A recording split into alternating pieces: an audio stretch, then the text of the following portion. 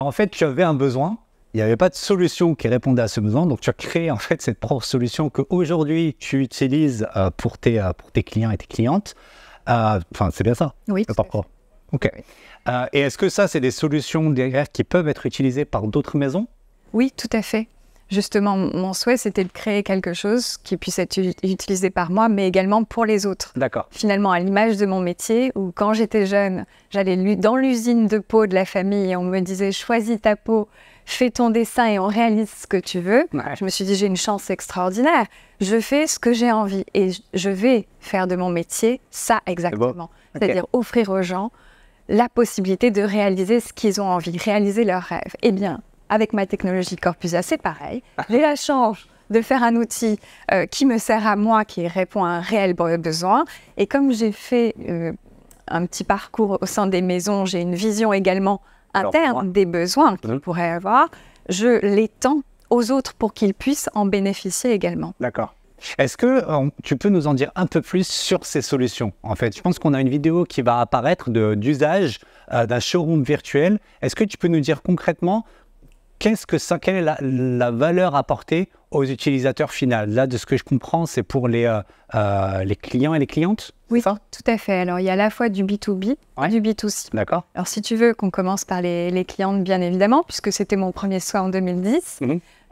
L'idée est que le client donc, ait la possibilité de voir son vêtement avant de l'avoir. Bien sûr. De vraiment l'envisager et bientôt, je ne dis pas tout de suite, mais avec l'essayage virtuel, on va pouvoir y arriver avec sa vraie morphologie, au mieux en tout cas. Et du coup, pouvoir valider l'achat et les détails. La personnalisation, pouvoir vraiment presque avoir la possibilité de se sentir investi même dans la création, aux côtés de la marque ou du créateur.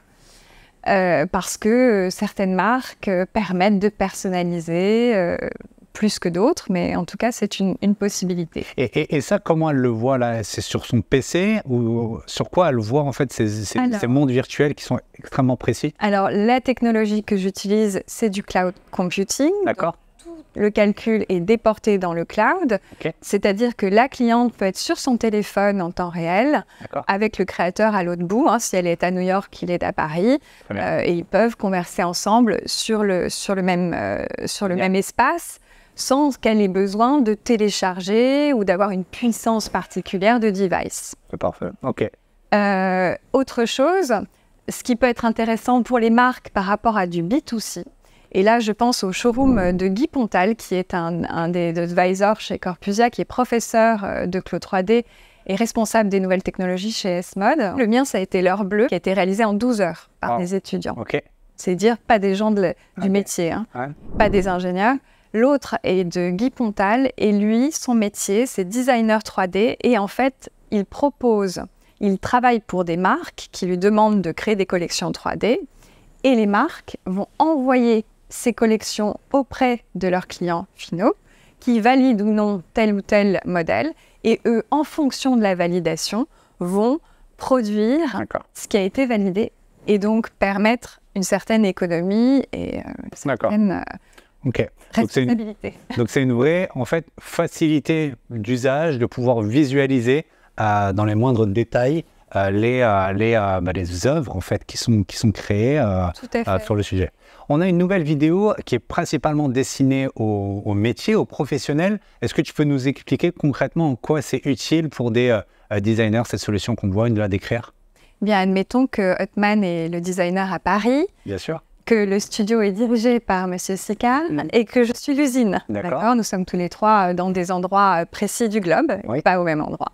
Et nous décidons de faire une revue de travaux, une revue de collection et justement d'échanger sur les protos qui doivent être produits chez moi, dans l'usine et régler encore certains détails pour être sûr de lancer la production, éviter les allers-retours. Et nous voici donc en temps réel sur le même produit à décider définition, à finaliser et éviter les allers-retours des équipes, des protos, d'un endroit X, Y et Z. Voilà. Encore une fois, comme tout à l'heure, je disais avec Sikar, ce type de solution permet d'avoir un impact économique écologique parce que ça limite les déplacements, et humain parce que cette solution est accessible, que ce soit via un smartphone, un casque ou un ordinateur. Derrière, il n'y a pas ce frein du hardware qu'on peut croire, en fait, pour certaines... Tout à fait. Là, il y a par exemple un téléphone, vous avez un ordinateur, une tablette. D'accord. Et à un moment donné, si toi, par exemple, tu es le directeur artistique, tu dis, là, je voudrais que vous voyez exactement ce détail, tu peux prendre le lead sur les caméras et décider que nous regardions tous ensemble le détail que tu as choisi. Okay.